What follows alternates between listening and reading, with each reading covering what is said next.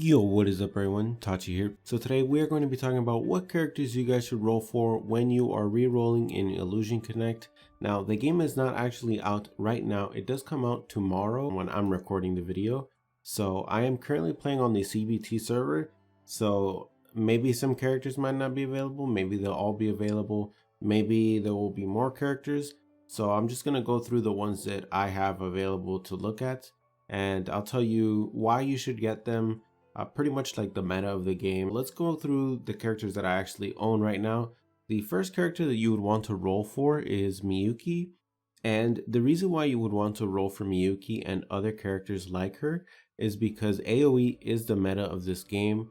AoE helps a lot. You guys have seen gameplay of the game. I have a couple videos of that. I will have them in the top right. You can see that obviously the fact that you're able to hit multiple enemies at once really helps, especially if you can one-shot them. So if you can grab a good AoE character and get multiple dupes of them, which is actually not that hard even as a pure free-to-play player, you get plenty of diamonds and you get plenty of pulls and plenty of shards doing various activities daily and otherwise. As long as you have a good AoE character that is at least a couple dupes up, especially arena wise, having a very good AoE character, that's just gonna immediately make your life so much easier. On top of the list with Miyuki is characters like Nicola. Nicola is also actually really good. If not, she might even be slightly better than Miyuki. She actually does significantly more damage. I just don't have her with proper gear or boosted up enough. At the moment, you see she only has 3 stars. Other than that, there are a couple of other characters that I want to go through. Obviously, not AoE, but Maki. Maki is actually a pretty decent option to go through, and it mostly comes down to the fact that she has almost like a self-sacrifice suicide type skill. So when she dies, she actually deals damage directly to the enemy leader, and I find that option to be actually very useful in arena. Now we're gonna have to start getting into characters that I don't own. The first of which is going to be Yuffie. Again, Yuffie is a mage. She does do AoE and she does big damage. On top of that, if you guys haven't noticed, she has 2 very strong assets with her, and that is going to be her hat and the giant sword that she's floating on. So she's definitely worth pulling on just for that.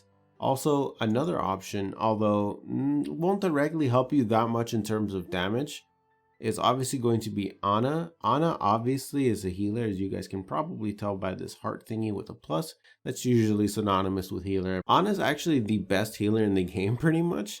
So just that fact alone, just having a really good healer will help you quite a bit. But obviously because she's a healer, she's not going to do all too much damage.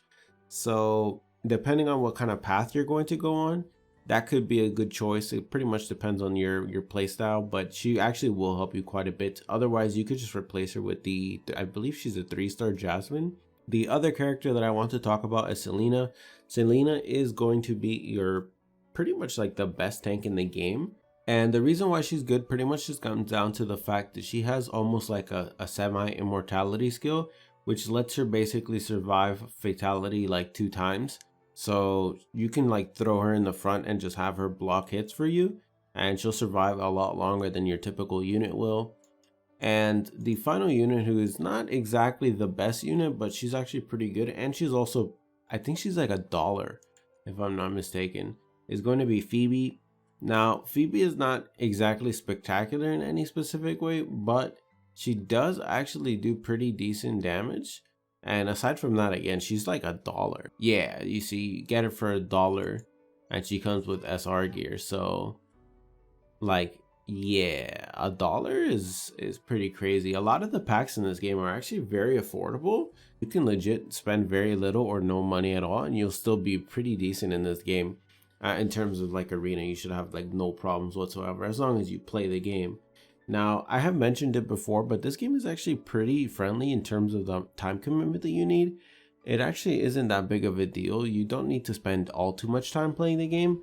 Your dailies probably take maybe like 5 to 10 minutes, especially because a lot of the content in this game, you just go through it. You go to daily trial and then you just hit raid. Obviously, you do need S on it. You hit raid and it's pretty automatic. You guys see there that you get shards. So this is what I mean by it's pretty easy to get shards. You pretty much get them for most activities in the game. So you just go here, you just do your raids, your 2 a day. Yeah, there you go. You see I got 4 Ana shards there, so you can actually get SSR character shards from doing this, although they are kind of rare. But like, it's just so easy to get the characters. You will pretty much be able to get every character free to play, no question about that. If you play enough, you will have every character eventually. Then it's just a matter of getting good gear, which you do through things like exploration. You see here, you get gear drops primarily.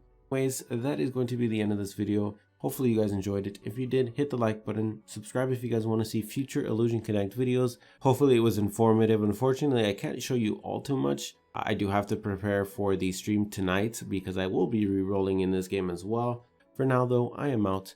Have a nice day.